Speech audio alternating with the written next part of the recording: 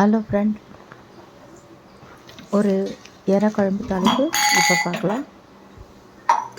இறால் வந்து 1 கிலோ, ஒரு 6 பெரிய வெங்காயம் கட் பண்ணி வச்சுருக்கேன், 6 தக்காளி கட் பண்ணி வச்சுருக்கேன், ஒரு பிடி பூண்டு கட் பண்ணி வச்சுருக்கேன், ஒரு எலுமிச்சம்பழம் சைஸ் புளி எடுத்து சுடு தண்ணியில் ஊற வச்சு கரைச்சி வடிகட்டி ரெடியாக இருக்குது. பூண்டு வந்து ஒரு பிடி பூண்டு எடுத்து வச்சுருக்கேன். முள்ளங்கி 4 கிலோ தோல் நீக்கி முள்ளங்கி கட் பண்ணி வச்சுட்டேன். எண்ணெய் விட்டு கடுகு வச்சு வெந்தயம் வச்சு கடுகு பொரிஞ்சிருச்சு, வெந்தயம் வச்சுக்கலாம்.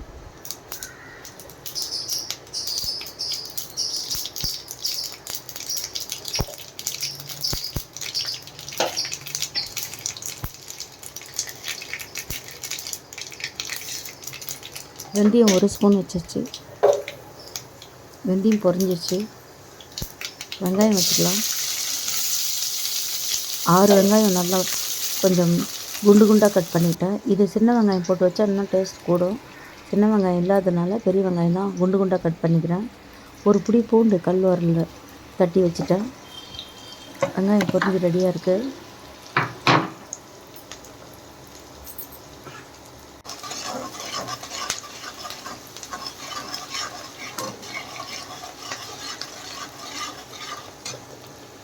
வெங்காயம் பொரிஞ்சிச்சு.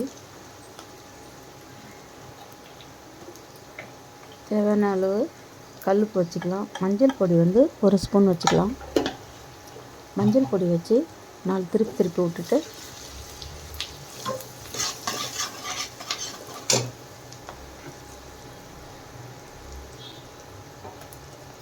ஒரு பிடி பூண்டு தட்டி வச்சேன் இல்லையா, பூண்டு வச்சுக்கலாம்.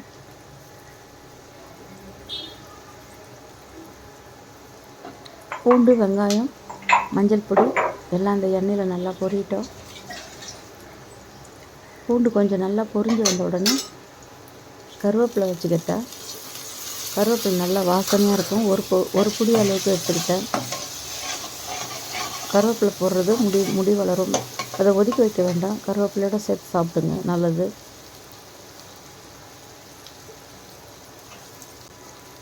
உப்பு வந்து ஒரு பிடி உப்பு, கல் உப்பு தேவையான அளவு வச்சுட்டேன்.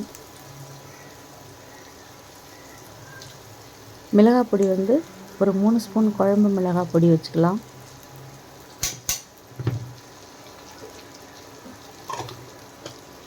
இந்த எண்ணெயில் போட்டு நல்லா பிரட்டிட்டேன். அந்த பச்சை வாசனை போயிடுச்சு. தக்காளி கட் பண்ணி வச்சேன், 6 தக்காளி அதை வச்சுட்டேன்.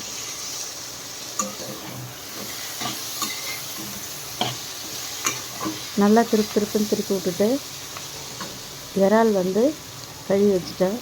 முள்ளங்கி தோல் சீவி கட் பண்ணி வச்சுக்கிட்டேன். 1/4 கிலோ முள்ளங்கி இது. இந்த முள்ளங்கி போட்டு இந்த குழம்பு செய்கிறதுனால செம்ம டேஸ்ட் கொடுக்கும் உங்களுக்கு. இறா குழம்பு அப்படி வச்சு முள்ளங்கி, முருங்கைக்காய் அந்த மாதிரி போட்டு வைங்க. முருங்கைக்காய் போட்டு வச்சாலும் டேஸ்ட் கொடுக்கும். கொஞ்சம் தேவையான அளவுக்கு எண்ணெய் விட்டுக்கிட்டேன். 1 கிலோ இறா சுத்தம் பண்ணி வச்சு அதை நல்லா க்ளீன் பண்ணிவிட்டு வச்சுக்கிட்டேன். இறா வந்து தண்ணி விடும். அந்த தண்ணியோடு அந்த முள்ளங்கி நல்லா வேகணும். ஒரு 5 நிமிஷம் வேக விடுங்க. திருப்பி விட்டு நல்லா தக்காளி, முள்ளங்கி எல்லாம் கரைஞ்சி முள்ளங்கி நல்லா வெந்து 3/4 வேக்காடு வெந்துடும் இதிலே. அதுக்கப்புறம் புளி விடலாம். புளி விட்டுட்டு ஒரு தட்டு போட்டு மூடி வச்சிடணும். தேவையான அளவுக்கு தண்ணி விட்டுக்கோங்க. மூடி வச்சுட்டு சாம்பார் பொடி வச்சுருக்கிறேன் வீட்டில், நானே வீட்டில் ரெடி பண்ணது. அதை இறக்கும்போது அந்த சாம்பார் பவுடர் போட்டோம்னா அதை டேஸ்ட் வந்து செம்மையாக இருக்கும். நைட்டுக்கு இட்லி போட்டு கொடுக்கலாம், தோசைக்கு நல்லாயிருக்கும். இப்போ மதியம் லஞ்சுக்கு இது வந்து சூப்பராக இருக்கும்.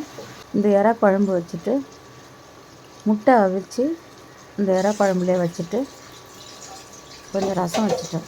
அதான் இன்றைய சமையல். எனக்கு புளி விட்டுட்டேன்.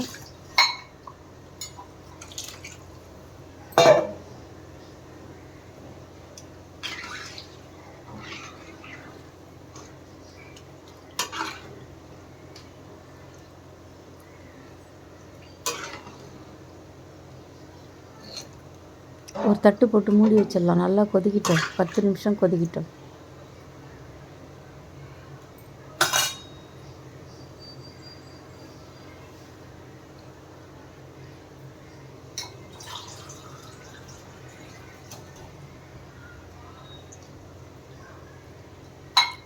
தேவையான அளவுக்கு குழம்பு கூட்டிட்டேன். 10 நிமிஷம் கொதித்து ரெடியாக இறக்கிடலாம்.